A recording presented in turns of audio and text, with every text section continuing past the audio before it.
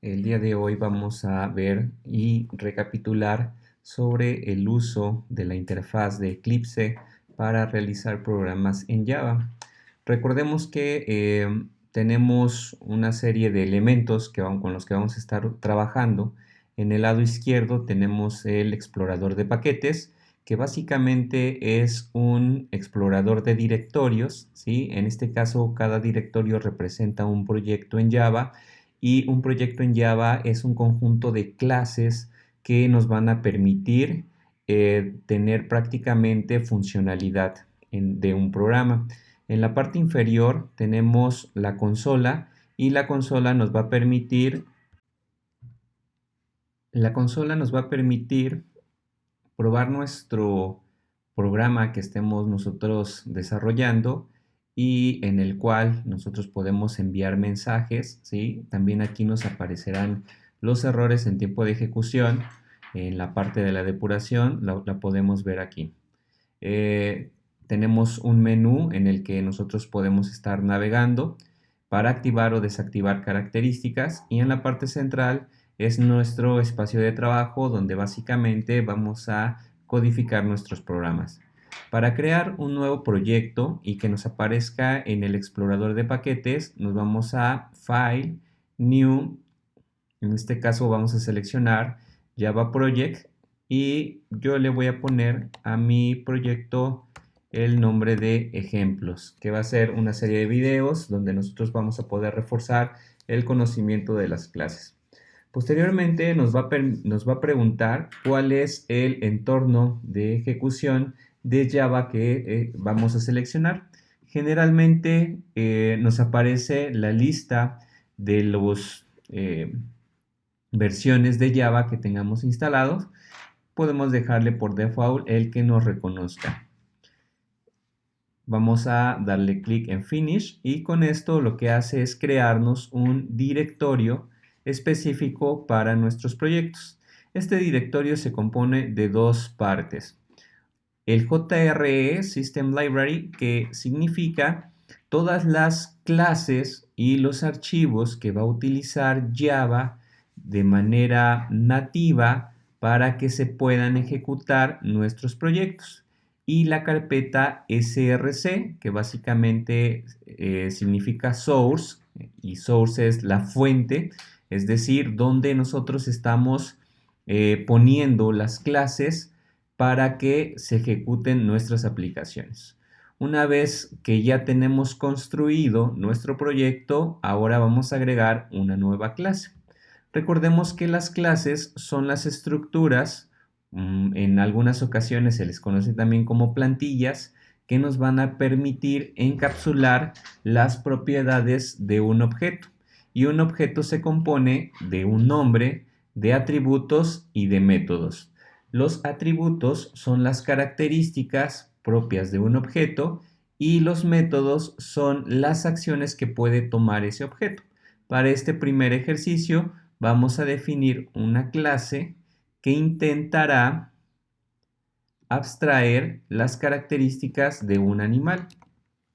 Le voy a escribir bueno, antes de esto, voy a regresar un poquito. Hay al menos tres maneras de donde yo puedo hacer una clase. Puedo darle clic derecho sobre el paquete, sobre el proyecto y seleccionar la opción de New Class. Esta es la primera opción. También lo puedo hacer en el menú File, New Class. Esta es la segunda opción, que básicamente nos lleva al mismo resultado, es crear una clase. Y también tengo en mi barra de herramientas estándar un icono donde dice New y aparece un simbolito de más. Puedo seleccionarlo y darle Class. Entonces cualquiera de estos tres métodos puedo utilizar para definir una clase. Voy a poner la clase animal y nos pregunta si queremos crear de manera automática algunos métodos. Esto lo vamos a ir viendo poco a poco, ¿sí? Pero por ejemplo nos pregunta si queremos crear el método main. El método main es el método que inicializa la ejecución de una clase, si queremos el constructor o los métodos abstractos heredados. En este caso voy a poner que ponga el método main y le doy finish, ¿ok? Entonces, este es el constructor. El constructor, si se dan cuenta, es un método que tiene exactamente el mismo nombre que la clase. Otra cosa importante que nosotros debemos verificar es que nuestro archivo que se crea, en este caso es animal.java, tiene exactamente el mismo nombre que mi clase. Si yo cambio el nombre de mi clase, ya no corresponde al nombre del archivo y por lo tanto me va a marcar un error. Entonces debo de respetar mayúsculas y minúsculas en el nombre de la clase. Al igual que en otros programas, en otros lenguajes de programación, no se permiten el nombre de la clase con espacios o con caracteres especiales. Si yo pongo, no sé, animal y le quiero poner animales, entonces esto no es permitido, primero porque no corresponde al nombre del archivo y segundo porque el espacio no está permitido para definir nombres de clases.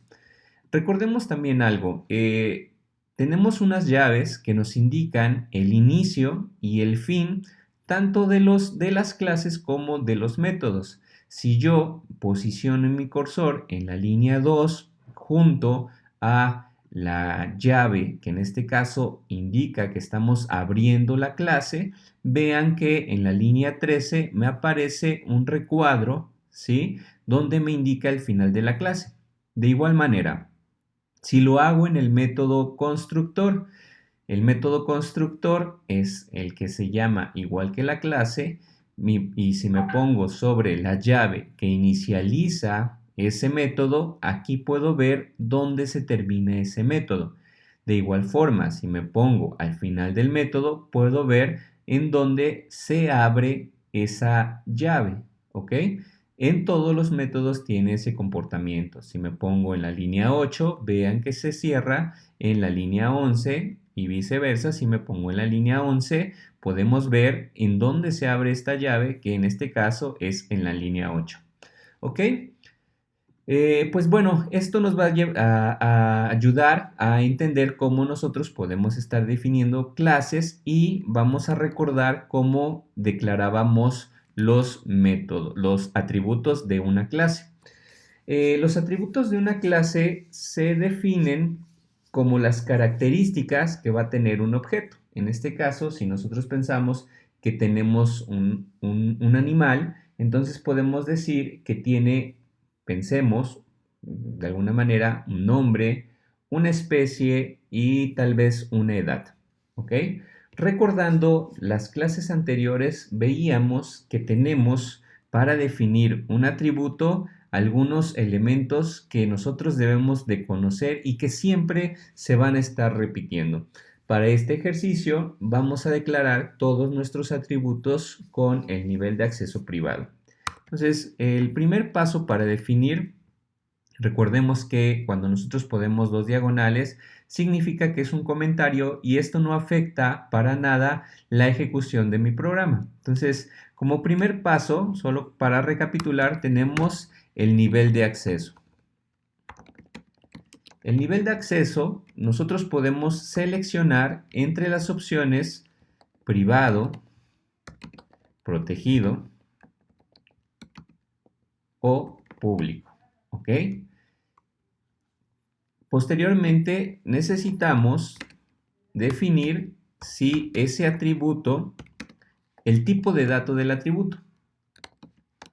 Es decir, qué va a contener ese atributo. Y bueno, aquí Java nos permite definir muchos tipos de datos, pero simplemente para esta clase que es Fundamentos de Programación, recordemos que tenemos los atributos que nos permiten almacenar texto, ¿sí? Los que nos permiten almacenar texto, podemos contener el string. Vean ustedes que la palabra string la escribo con mayúsculas. Puedo también a lo mejor poner de tipo char, que simplemente nos va a permitir almacenar un solo carácter. Tenemos también tipos de dato, tal vez numéricos, Los datos numéricos podemos tener el tipo entero. El tipo entero se define como int. Este nos permite almacenar únicamente valores enteros. Podemos tener los flotantes o los dobles. Estos dos tipos de dato, tanto flotante como doble, nos permiten almacenar números con punto decimal. La diferencia entre uno y otro es la cantidad de información que puede contener cada uno de ellos. También tenemos otro tipo de dato, por ejemplo, los datos booleanos.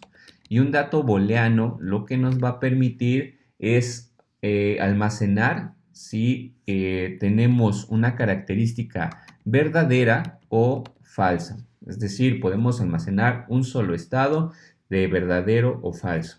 ¿Ok? Más adelante vamos a ir viendo más tipos de datos, pero para no confundirlos, empezaremos con estos. Posteriormente tenemos el nombre del atributo. Recordemos que para definir un nombre no podemos utilizar caracteres especiales, espacios en blanco, tampoco podemos empezar a definirlos con un número.